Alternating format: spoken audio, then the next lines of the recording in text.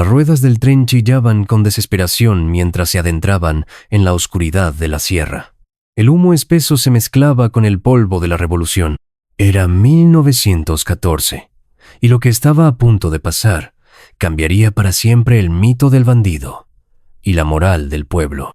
En una curva traicionera del norte de México, un grupo de hombres surgió como fantasmas entre los arbustos, armados hasta los dientes, decididos, salvajes, y al frente, con la mirada clavada en el acero, iba él, Doroteo Arango.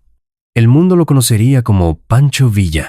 Ese tren no solo llevaba armas, llevaba comida, medicinas, lingotes de plata y el futuro de una nación en guerra. En minutos, el convoy fue tomado, un asalto quirúrgico, sin piedad, pero con causa. Y en medio del robo, un mensaje claro: esto no es saqueo, es justicia. Así empezó el mito del Robin Hood del norte.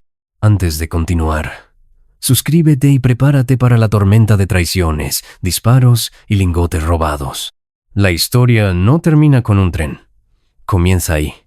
Días después, el eco del atraco recorría los pueblos como corrido maldito. Villa no solo había robado provisiones, había humillado al gobierno. Se llevó 122 lingotes de plata. 122. Como quien carga sacos de maíz, los subió a sus caballos y desapareció en la bruma de la revolución.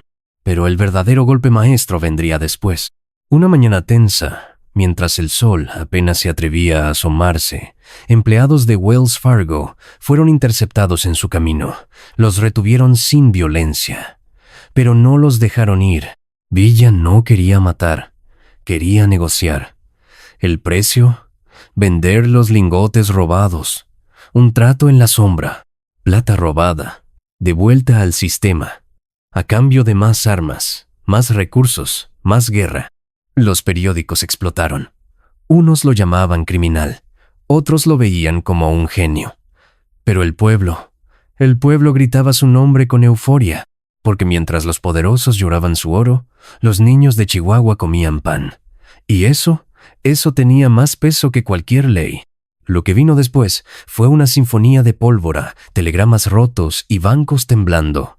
Pancho Villa ya no era solo un general revolucionario, era un arquitecto del caos financiero. Cada robo tenía un fin estratégico. Asaltaba trenes, sí, pero también irrumpía en haciendas ricas que financiaban al enemigo. Tomaba el dinero, las armas, los caballos y en algunos casos perdonaba la vida de los dueños. Pero les dejaba un mensaje escrito, a veces con sangre. Gracias por la contribución a la libertad del pueblo. Un día, la banca de Chihuahua fue sorprendida por una operación que parecía de película. Los villistas irrumpieron en la sede central, justo después de la hora del desayuno. Ni un disparo al aire, ni un grito, solo órdenes precisas. Todos los empleados al piso. Cajas fuertes abiertas. Registros quemados. Se llevaron hasta las sillas. Pero al salir, dejaron algo insólito. Un recibo firmado por Villa, donde prometía devolver cada peso cuando México fuera libre. La gente no sabía si reír o llorar. ¿Era un asaltante? ¿O un profeta con un fusil? El gobierno lo llamó bandolero enemigo de la patria. El pueblo lo llamaba el Centauro de la Plata, porque sus robos no eran solo actos de guerra. Eran símbolos, mensajes, golpes al alma del poder económico. Pero no todo era gloria y corridos. Con cada golpe, Villa encendía más odio en los altos mandos. El gobierno ofrecía recompensas. Los estadounidenses lo tildaban de terrorista rural, y sin embargo, no podían atraparlo. Su conocimiento del terreno, su red de informantes, su estrategia de guerra basada en el robo quirúrgico lo hacían un fantasma imparable. Un mito que cabalgaba con dinamita en las alforjas. Y entonces llegó uno de los episodios más insólitos y oscuros de su leyenda, la noche de las mulas mudas.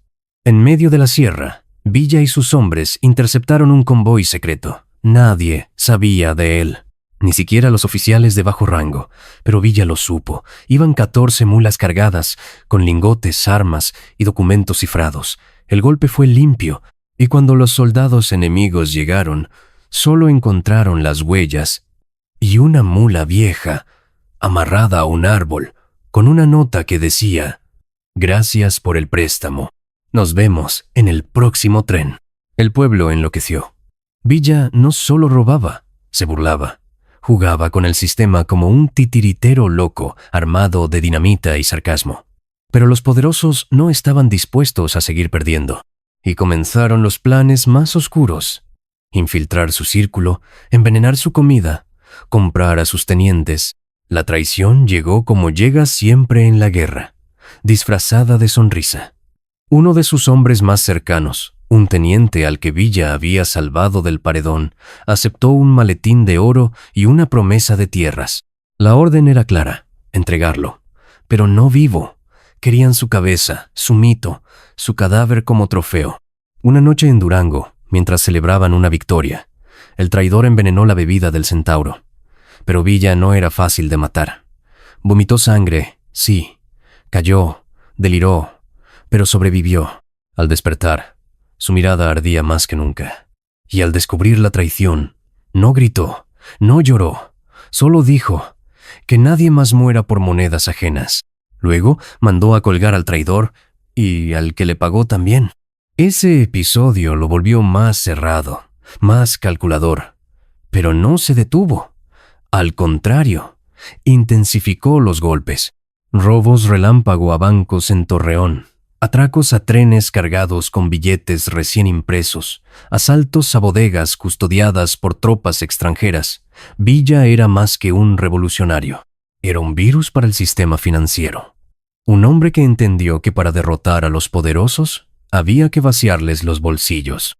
Y mientras tanto, los niños comían, las madres recibían pan, las aldeas encendían luz con cables tomados por la fuerza. El último gran golpe de Villa no fue con dinamita, fue con una idea. Si no podía confiar en los bancos, ni en los lingotes, ni en los traidores, entonces imprimiría su propio dinero. Así nació la moneda villista. Billetes revolucionarios, firmados por su puño y letra, respaldados por su palabra y su ley. Y la gente los aceptaba, porque sabían que donde llegaba Villa, llegaba comida, llegaba justicia, llegaba orden. Pero el sistema tembló. Un forajido creando su propio banco en guerra. Los altos mandos estallaron de rabia. Estados Unidos lo declaró enemigo. El gobierno lo buscó con más saña. Ya no era solo el mito, era la amenaza real. Una economía paralela nacida de un fusil y una causa.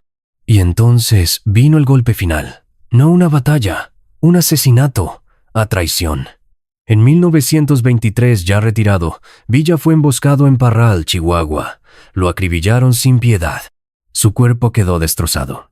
Pero sus ideas, sus robos, su leyenda, sobrevivieron en los corridos, en las calles, en la historia misma de México.